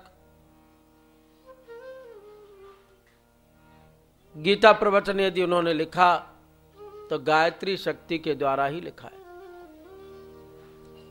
महात्मा गांधी कहा करते थे कि मैंने दो चीजों का सहारा लिया है, एक तो रघुपति राघव राजा राम पतित पावन सीताराम का कीर्तन और दूसरा गायत्री मंत्र जप की साधना। स्वामी विवेकानंद जी के कुर्ते की जेब में गीता की पोथी और मानसिक गायत्री मंत्र का जप निरंतर चलता रहता था। तब स्वामी विवेकानंद ने सारे विश्व में धर्म ध्वजा फैलाई।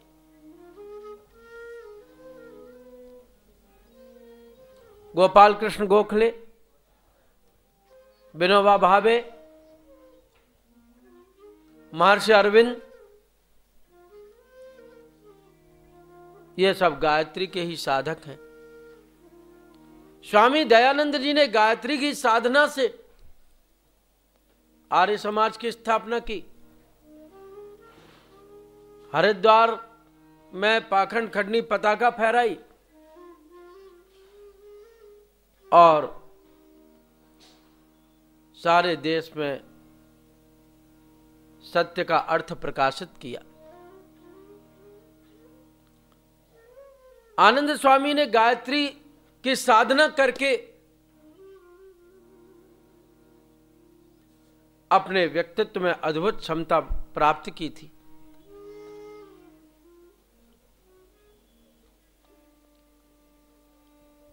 चंद्रशेखर आजाद से लोग पंडित जी कहते थे। कहा, पंडित जी आपके अंदर इतना जीवट कैसे? चंद्रशेखर आजाद ने कहा था, मैं द्विज हूं, गायत्री की साधना करता हूं, जनेऊ पहनता हूं, धोती पहनता हूं, चोटी रखता हूं, और मेरे अंदर इतना जीवट है कि अंग्रेज मेरे सामने आने में थर्राते हैं और मरने के बाद भी अंग्रेजों को मुझसे हाथ लगाने में डर लगेगा। ये गायत्री की साधना है।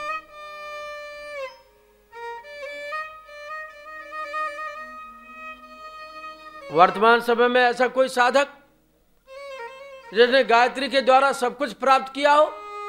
हाँ, वेद मूर्ति तपोनिष्ठ पंडित श्री राम शर्मा आचार्य जी महाराज,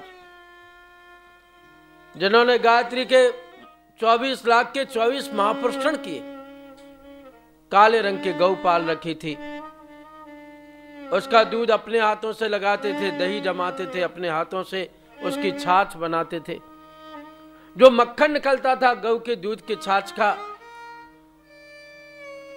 उससे सन 1926 से लेकर अभी तक गाय के घी का ही दीपक जलता है। और जो छाछ निकलता था, बिना नमक की छाछ से एक रोटी खाते थे। जौ के आटे की 4 रोटी बनाते थे, एक रोटी गऊ को, एक रोटी कन्या को, एक रोटी अतिथि को, और बिना नमक के छाछ से एक रोटी स्वयं खाते थे, प्रसाद के रूप में पाते थे। गायत्री की साधना की तो गायत्री की साधना ने आज प्रत्यक्ष उस युग ऋषि को कितना बड़ा अनुदान दिया।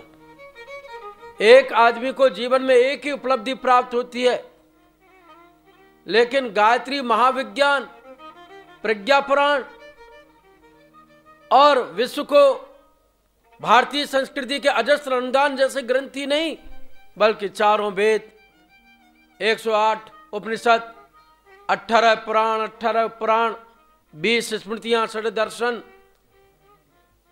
इनका सरल अनुवाद किया और अपने वजन से दुगना गायत्री साधना संबंधी साहित्य, युगधर्मी साहित्य और जीवन जीने वाली कला सिखा देने वाला साहित्य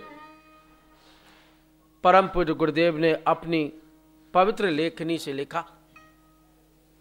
एक ही व्यक्ति गायत्री साधना करके इतना बड़ा साधक, इतना बड़ा लेखक, इतना बड़ा पर्यटक, इतना बड़ा संगठक, इतना बड़ा व्यवस्थापक, इतना बड़ा सिद्ध, इतना बड़ा संत, इतना बड़ा योगी, इतना बड़ा गृहस्थ, इतना बड़ा विरक्त, इतना बड़ा शिष्य और इतना बड़ा गुरु, जिन्होंने कि लाखों व्यक्तियों को गायत्री मंत्र की दीक्षा दी। गायत्री को युग शक्ति के रूप में प्रतिष्ठापित कर दिया परम पूज्य गुरुदेव ने। गायत्री साधना का इससे बड़ा प्रत्यक्ष उदाहरण और क्या हो सकता है। लेकिन ये गायत्री की शक्ति, गायत्री की विभूति, गायत्री की चेतना हमको प्राप्त कैसे होती है, उसके लिए गायत्री मंत्र की साधना करनी होगी।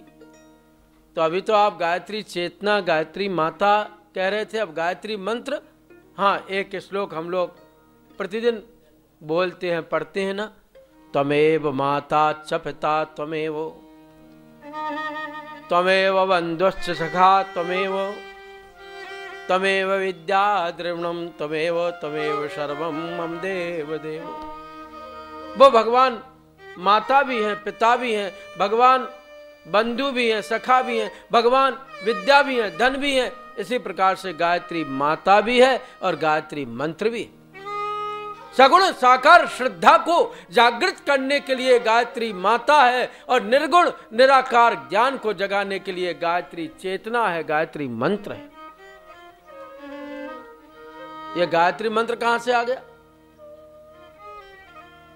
एक बार ब्रह्मा जी जब उत्पन्न हुए, भगवान विष्णु क्षीर सागर में सोए हुए थे। उनकी नाभि से कमल का पुष्प विकसित हुआ। उस पुष्प पर ब्रह्मा जी बैठे थे। ब्रह्मा जी ने उत्पन्न होते ही कहा, मैं क्या करूं, मैं क्या करूं, मैं क्या करूं। आवाज आई, तप तप तप, हे ब्रह्मा तुम तप करो। मैं तप कैसे करूं? तप के लिए कोई माध्यम तो चाहिए। आकाश मंडल में एक लिपि उभरी, जैसे ABCD होते हैं, जैसे अंग्रेजी के वर्णाक्षर होते हैं, हिंदी की वर्णमाला होती है। 24 अक्षरों का एक मंत्र उभरा। ब्रह्मा जी ने हजारों वर्षों तक उसका चिंतन किया। हजारों वर्ष तक कैसे चिंतन किया? पहले का आदमी जब तप करता था, दीर्घायुष्य को प्राप्त करता था। आज का व्यक्ति गपशप करता है, उसकी कम उम्र होने लगी।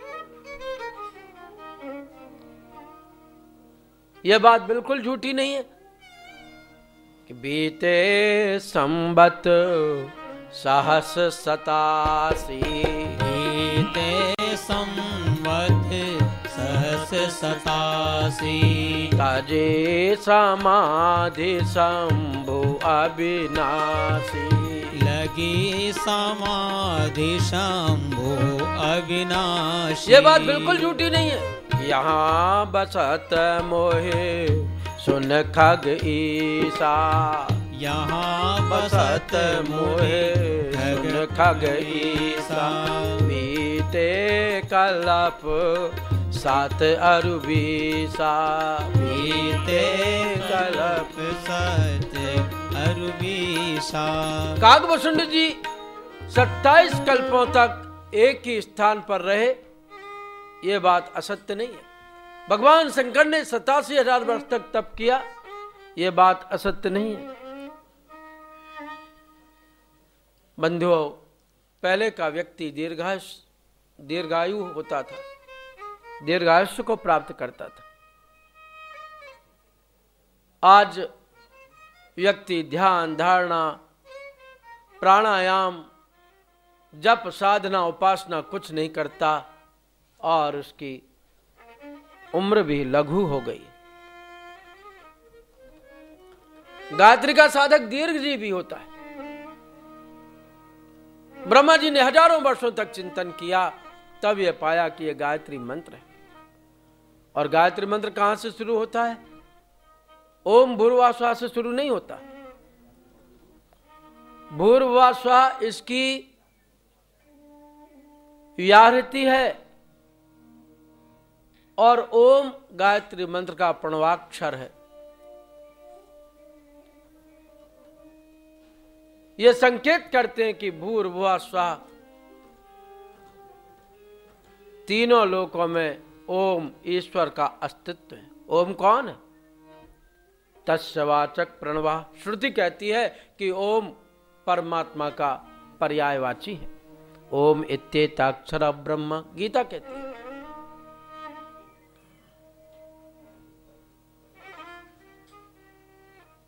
सत है, चित है, आनंद स्वरूप है ये ओम। और ओम ईश्वर का पर्यायवाची है। ओम में ब्रह्मा, विष्णु, महेश तीनों देवता समाये हुए। और ये परमात्मा कहां रहता है? भू भुवा स्वः, पृथ्वी, आकाश, पाताल तीनों लोकों में। ओम भूर्भुवः स्वः, यह परमात्मा ब्रह्मा, विष्णु, महेश तीनों देवताओं के रूप में। ओम भूर्भुवः स्वः, यह परमात्मा सत, रज, तम तीनों गुणों में। ओम भूर्भुवः स्वः, यह परमात्मा भूत, भविष्य, वर्तमान तीनों कालों में। ओम भूर्भुवः स्वः, यह भगवान बचपन, यौवन, बुढ़ापा तीनों अवस्थाओं में। ओम भूर्भुवः स्वः, यह भगवान हमारे व्यक्तित्व को सत्यम, शिवम, सुंदरम की ओर विकसित करता है। ओम भूर्भुवः स्वः गंगा, यमुना, सरस्वती के रूप में प्रवाहित है, पवित्रता के रूप में प्रवाहित है। ओम भूर्भुवः स्वः स्थूल, सूक्ष्म, कारण तीनों शरीरों में विद्यमान है। ओम भूर्भुवः स्वः, यह परमात्मा हमारे दैहिक, दैविक, भौतिक तीनों तापों को मिटाता है। ओम भूर्भुवः स्वः, यह भगवान हमको आध्यात्मिकता, आस्तिकता, धार्मिकता तीनों धाराओं की ओर ले जाता है। ओम भूर्भुवः स्वः, यह भगवान हमारे त्रिधा प्रकृति में तीनों कालों में प्रेरणाएं प्रदान करता है। लेकिन जब से हम गायत्री मंत्र की इस व्याहृति और प्रणव को भूले, तब से हमारा यह देश खंड खंड होता हुआ चला गया। जातिवाद बढ़ गया, संप्रदायवाद बढ़ गया, अलगाववादी वृत्तियां पनप गईं और हम एकता, अखंडता से दूर हो गए। ओम भूर्भुवः स्वः, वेद कहता है सर्वम खल्मिदं ब्रह्म, उपनिषद कहता है ईशावास्मिदं सर्वम यत्किंच जगत्याम जगत, सारा संसार ईश्वर में है। गीता कहती है सर्वम विष्णुमयम जगत। रामचरितमानस कहती है हरि व्यापक सर वस्त्र समाना। व्यापक सर्वत्र समाना। प्रेमत प्रभु प्रगटहि मैं जाना। प्रेमत प्रगट होई मैं जाना। देश काल दिशि विधि सहु माही। देश काल विधि सहु माही। कहु सो कहाँ जहाँ प्रभु नाही। कहु सो कहाँ जहाँ प्रभु नाही। सिय राम मैं सब जग जानी। सिय राम मैं सब जग जानी। करहूँ प्रणाम जोर जोग पानी। करहूँ प्रणाम जोर जोग पानी। हमारा भगवान सर्वत्र संव्याप्त है। ऐसे कौन सा देश काल अवसर जाति बिरादरी धर्म संप्रदाय है जहां पर ईश्वर का अस्तित्व ना हो। कुरान कहता है अल्लाह। गुरु ग्रंथ साहब कहते हैं राम द चिड़िया राम द खेत खाजा चिड़िया भर भर पेट। ये धर्म चेतना है, इसको धर्म चेतना कहते हैं।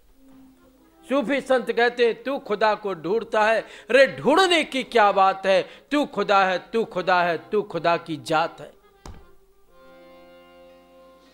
हमारे साहित्यकार मनीषी कहते हैं आदमी इतिहास है शुभकामना का और वह विश्वास है संभावना का। आदमी को कम न समझो आदमी तुम। आदमी अनुवाद है परमात्मा का। हम परमात्मा के अनुवाद हैं, परमात्मा के अंश हैं, लेकिन उसको समझ नहीं पाते, पहचान नहीं पाते। गुरु नानक देव चले जा रहे थे। उनके दोस्त मित्र उनके साथ में थे। एक खेत की मेड़ पर से जा रहे थे। खेत में मोटा मोटा गन्ना लगा था। दोस्तों ने कहा चलो हम लोग ये गन्ना बहुत अच्छा है, गन्ना तोड़ें, गन्ना खाएंगे। भीतर खेत में घुसने के पहले नानक देव को खड़ा कर दिया मेड़ पर। ननके देखता रहना कोई चोर कोई इसका मालिक ना आ जाए। नानक देव मेड़ पर खड़े थे। इतने में उनके भीतर से गुंजित हुआ ओम भूर्वा स्वाहा। वह परमात्मा सर्वव्यापी है। नानक देव चिल्लाए दोस्तों भागो, मित्रों भागो, खेत का मालिक देख रहा है। चोर में दमी कितनी होती है। भाग खड़े हुए दूर जाकर के देखा, अरे कहाँ है खेत का मालिक। कहा मैं इस खेत के मालिक की बात नहीं कह रहा था, मैं उस खेत के मालिक की बात कह रहा था जो सारे संसार का मालिक है, जो सारी दुनिया को देख रहा है। अति कोमल रघुवीर स्वभाव। अति कोमल रघुवीर स्वभाव। यद्यपि अखिल भुवन कर राऊ। यद्यपि अखिल भुवन कर राऊ। जो सारे संसार का मालिक है, मैं उस खेत के मालिक की बात कर रहा था। गुरु नानक देव एक बार मस्जिद में बैठ करके राम नाम की माला जप रहे थे। एक मौलवी साहब आ गए, ए ननके हटो, जाओ मंदिर में जाओ, वहां पर माला जपो, या मस्जिद में बैठ करके क्यों माला जप रहे हो। गुरु नानक देव ने कहा भूर्भुवः स्वः, ओम भूर्भुवः स्वः। क्या मतलब? मस्जिद में बैठ के पीने दे शराब साकी मुझको, मस्जिद में बैठ के पीने दे शराब साकी मुझको, या फिर ऐसी जगह बता जहां पर खुदा ना हो। आज तो हमने भगवान को मंदिरों में, मठों में, मस्जिदों में बंद करके रख दिया। भगवान तो सर्वत्र संव्याप्त है, और जिस दिन ये चिंतन उभरेगा उस दिन फिर व्यक्ति अपराध नहीं करेगा, फिर उस दिन से व्यक्ति विकारों में नहीं पड़ेगा, अचिंत्य चिंतन नहीं करेगा, दूसरे को सताएगा नहीं। सर्वत्र परमात्मा की अनुभूति होने लगेगी। ओम भूर्भुवः स्वः तत्सवितुर्वरेण्यम, तत् वह सवितुर जो प्रकाशवान है, वरेण्यम जो वर्ण करने योग्य, भर्गो देवस्य जो देवताओं का तेज धारण करने वाला है, धीमहि धियो यो नः प्रचोदयात्। हे भगवान, हमको प्रेरणा देते रहना, प्रेरणा देते रहिए कि हम सद्बुद्धि को धारण करने में समर्थ हो सके। ये गायत्री मंत्र के 24 अक्षर 24 अवतारों के बराबर पावरफुल है। ये गायत्री मंत्र के 24 अक्षर 24 गुरुओं के समान ज्ञान देने वाले हैं। गायत्री मंत्र के 24 अक्षर 24 तीर्थंकरों के समान है। गायत्री मंत्र के 24 अक्षर 24 सिद्धियों के समान है। गायत्री मंत्र के 24 अक्षर 24 चेतनाओं के समान है। गायत्री मंत्र के ये 24 अक्षर हमारे शरीर के भीतर 24 विशेष नाड़ी संस्थान है। गायत्री मंत्र का साधक जब मेरुदंड सीधा करके गायत्री मंत्र जपने के लिए बैठता है तो उसके अंदर एक करंट, एक ऊर्जा, एक प्रवाह पैदा होता है और उसके 24 दैवी गुण जागते हैं, जिनको हम सुख, सौभाग्य, प्रतिभा, मेधा, पुरुषार्थ कहते हैं। गायत्री आंतरिक चेतना भी है और बाह्य चेतना भी है।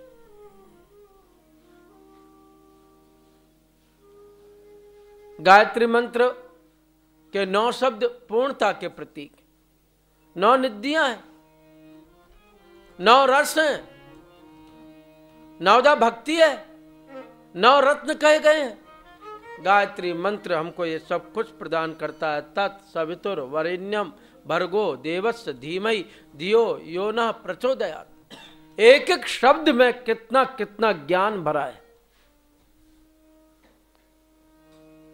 ये पराभक्ति है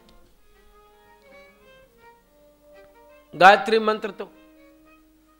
और लोग प्रतिबंध लगाते हैं कि नारियों को गायत्री का अधिकार नहीं है, नारी चेतना का विकास नहीं कर सकती, नारी तो जड़ता में ही बंधी रहे। लेकिन रामचरितमानस में इतने भक्त भगवान श्री राम को मिले, पुरुष भक्त, किसी को नवदा भक्ति भगवान ने नहीं दी। भगवान को राजा दशरथ, राजा जनक सभी पिता और ससुर के रूप में प्राप्त हुए। भैया भरत मिले, लक्ष्मण मिले, सुग्रीव मिले, अंगद मिले, विभीषण मिले, जटायु मिले, जामवंत मिले, कितने ऋषि मिले, वशिष्ठ मिले, विश्वामित्र मिले, याज्ञवल्क्य मिले, भारद्वाज मिले, अगस्त ऋषि मिले भगवान राम को, वाल्मीकि जी मिले, सुतीक्षण मिले, सरभंग मिले। लेकिन किसी भी पुरुष भक्त को उन्होंने नवदा भक्ति नहीं दी। तो नवदा भक्ति किसको दी? एक स्त्री को दी। और नवदा भक्ति की यदि व्याख्या या विवेचना की जाए तो आप देखेंगे कि ये नवदा भक्ति गायत्री मंत्र के 9 शब्दों का ही रूपांतरण है। शबरी को दी, स्पष्ट कहा, सबरी देखी राम गृह आए, सबरी देखी राम गृह आए, मुनि के बचन समुझ जिय भाए, मुनि के बचन समुझ जिय भाए, जोरी पानी आगे भई ठाड़ी, जोरी पानी आगे भई ठाड़ी, प्रभु ही बिलो की प्रीति अति बाढ़ी, प्रभु ही बिलो की प्रीति अति बाढ़ी, के विधि स्तुति करऊं तुम्हारी, के विधि यदि स्तुति करूं तुम्हारी। अधम जाति में जड़मति भारी, अधम जारी जड़मति भारी। अधम ते अधम, अधम जही नारी, अधम ते अधम, अधम जही नारी। दिन माहू मैं मति मंद गंवारी,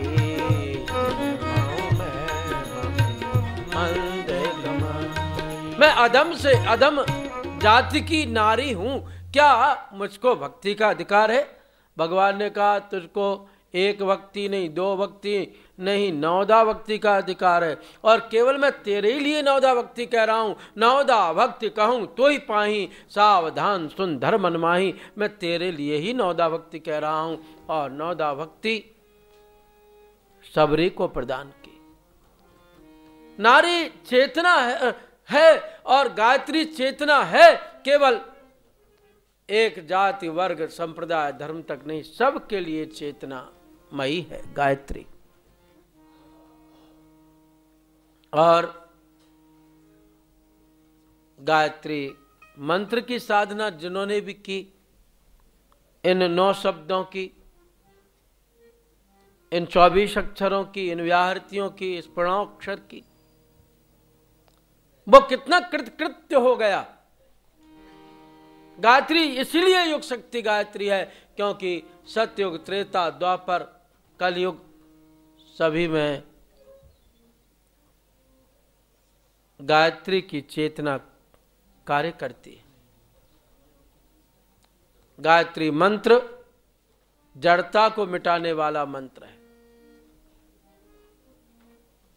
गायत्री मंत्र जब जीवन में उतरता है तो बंधुओं जीवन की जड़ता दूर हो जाती है, व्यक्ति के अंदर महानता का विकास होता है। क्योंकि गायत्री मंत्र तो मंत्रों का सिरमौर है। जैसे हाथी के पैर की छाप में सभी प्राणियों के पैरों की छाप समा सकती है, उसी प्रकार गायत्री मंत्र में समस्त मंत्रों का सार छिपा हुआ है। गायत्री तो मंत्र राज है।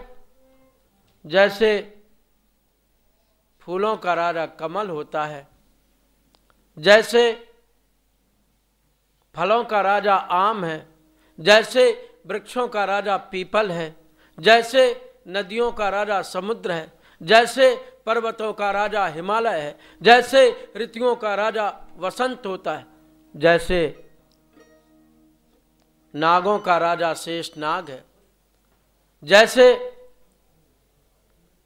हाथियों का राजा ऐरावत है, जैसे घोड़ों का राजा उच्चश्रवा है, जैसे इंद्रियों का राजा मन है, जैसे देवताओं का राजा इंद्र है, जैसे प्राणियों का राजा मनुष्य है और जैसे ब्रह्मांड का राजा परमात्मा है, वैसे ही मंत्रों का राजा गायत्री महामंत्र है। और जो भी गायत्री महामंत्र की साधना करता है उसके पाप ताप संताप मिटते हैं, सुख सौभाग्य बढ़ता है, जड़ता हटती है, युग चेतना का विस्तार होता है, मनुष्य को अपने जीवन का बोध होता है और मनुष्य की समस्याओं का समाधान होता है, अचिंत चिंतन हट जाता है, अनिभक्त आचरण मिट जाता है। इसलिए गायत्री मंत्र की महिमा के विषय में कितनी ऊंची बात कही गई।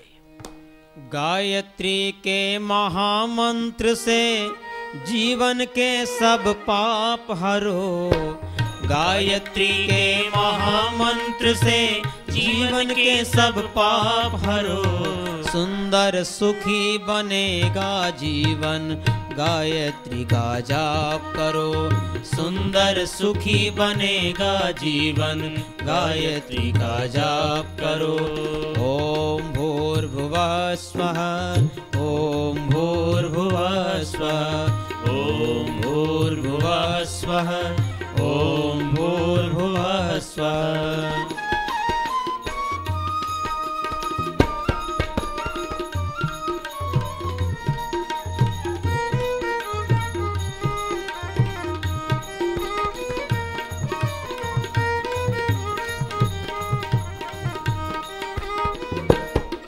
ये मंत्र है मंगलकारी, सद्बुद्धि बढ़ाने वाला। ये मंत्र है मंगलकारी, सद्बुद्धि बढ़ाने वाला। हर साधक के जीवन में नव ज्योति जगाने वाला। हर साधक के जीवन में नव ज्योति जगाने वाला। सब कष्ट मिटाने वाला।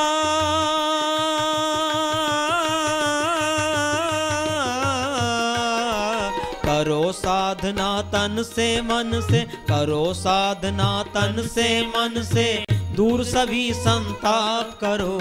करो साधना तन से मन से, दूर सभी संताप करो। पूर्ण होगी मनोकामना, गायत्री का जाप करो। पूर्ण होगी मनोकामना, गायत्री का जाप करो। गायत्री के महामंत्र से जीवन के सब पाप हरो। गायत्री के महामंत्र से जीवन के सब पाप हरो। सुंदर सुखी बनेगा जीवन, गायत्री का जाप करो। सुंदर सुखी बनेगा जीवन, गायत्री का जाप करो। ओम भूर्भुवः स्वः तत्सवितुर्वरेण्यं भर्गो देवस्य धीमहि धियो यो न प्रचोदयात्। ओम भूर्भुवः स्वः तत्सवितुर्वरेण्यं भर्गो देवस्य धीमहि धियो यो न प्रचोदयात्। ओम भूर्भुवः स्वः तत्सवितुर्वरेण्यं भर्गो देवस्य धीमहि धियो यो न प्रचोदयात्। हे देवर्षि नारद, आप गायत्री चेतना का यह दिव्य संदेश जागृत आत्माओं में पहुंचा दें। जागृतात्मवता में तम संदेशम प्राप्यास्तु में, नोपेक्षो न पवः कालः कृतां साहसं महत्। महांतं प्रतिफलं लब्ध्वा कृतकृत्या भवन्तु ते, जन्मन् इदमेवास्ति फलमुद्देश्य स्वरूपकम्।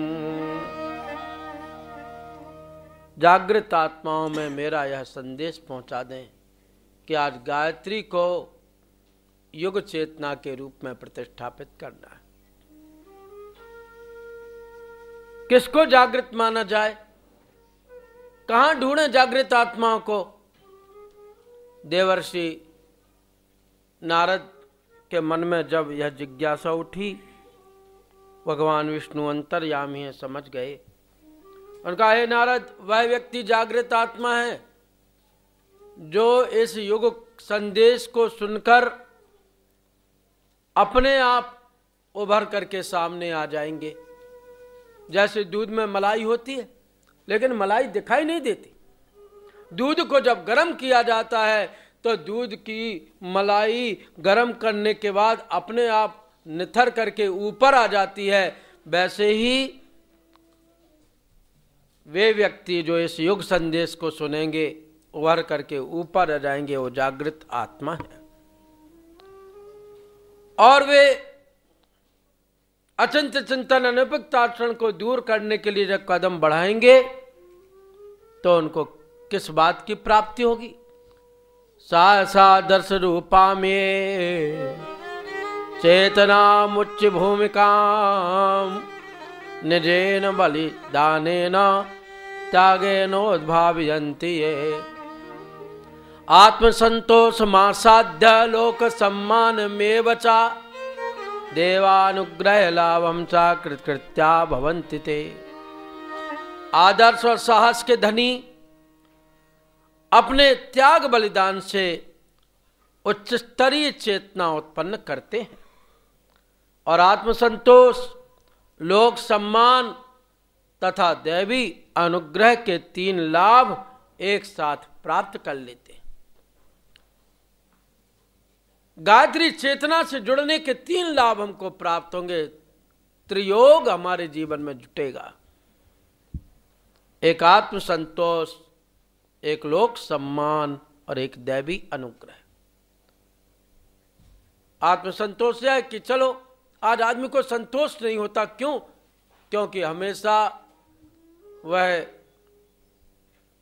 अपना स्वार्थ का कार्य करता है, परमार्थ का कार्य नहीं करता। एक भला काम करो तो फिर व्यक्ति के जीवन में संतोष आ जाता है कि आज मैंने कम से कम एक भला काम तो किया, संतोष आ गया। तब गोधन गज धन बाज धन और रतन धन खान, जब आवे संतोष धन तो सब धन धूरी समान।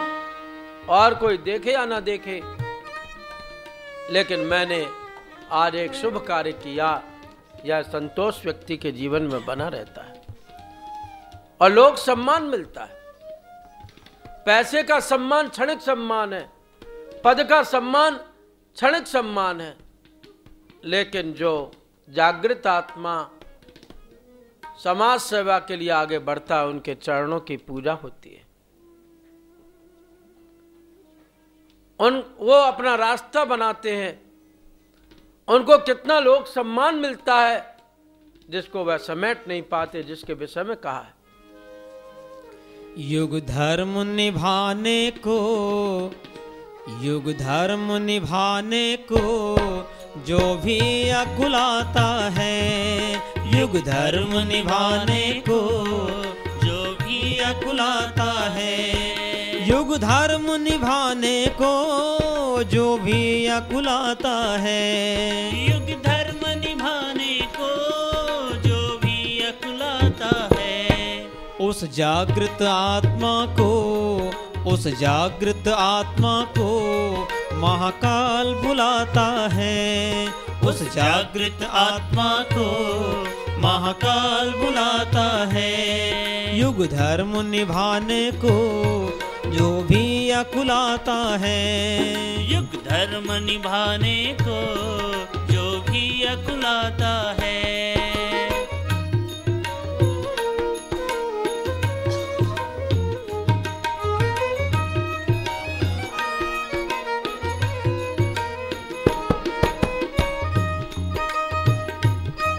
युग की पीड़ा से जो भी दिन रात तड़पते हैं, युग की पीड़ा से जो भी दिन रात तड़पते हैं, युग की पीड़ा से जो भी दिन रात तड़पते हैं, युग की पीड़ा से जो भी दिन रात तड़पते हैं, उन संवेदनशीलों को, उन संवेदनशीलों को महाकाल बुलाता है, उन संवेदनशीलों को महाकाल बुलाता है। युग धर्म निभाने को जो भी अकुलाता है, युग धर्म निभाने को जो भी अकुलाता है।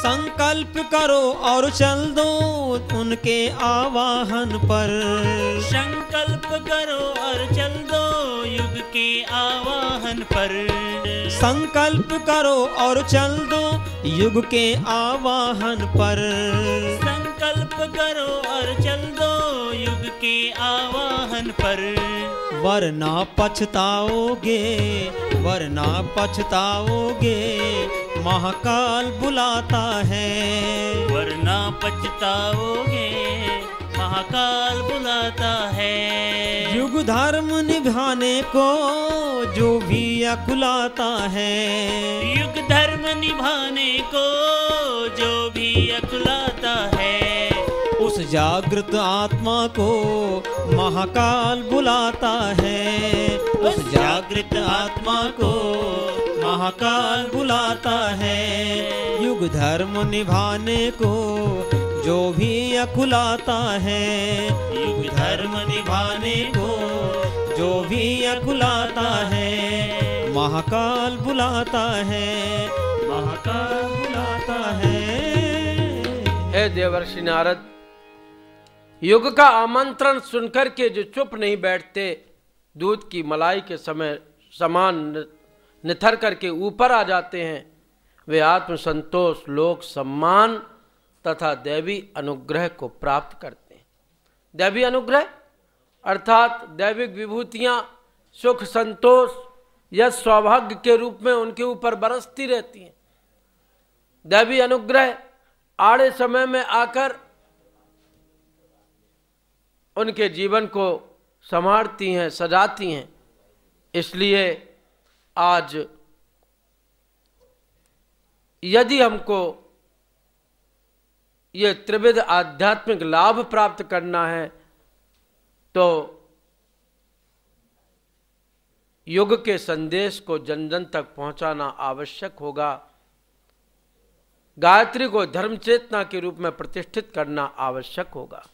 भगवंतम ततो नत्वा वांछा साम्यम विचारे चा प्रज्ञा प्राण संदेशम उपदेष्टम जनम जनम जाग्रात्मात्मानं प्रज्ञाभ्यान मार्गे नियोजितम संकल्प धरणी माया प्रसन्न हृदय तदा।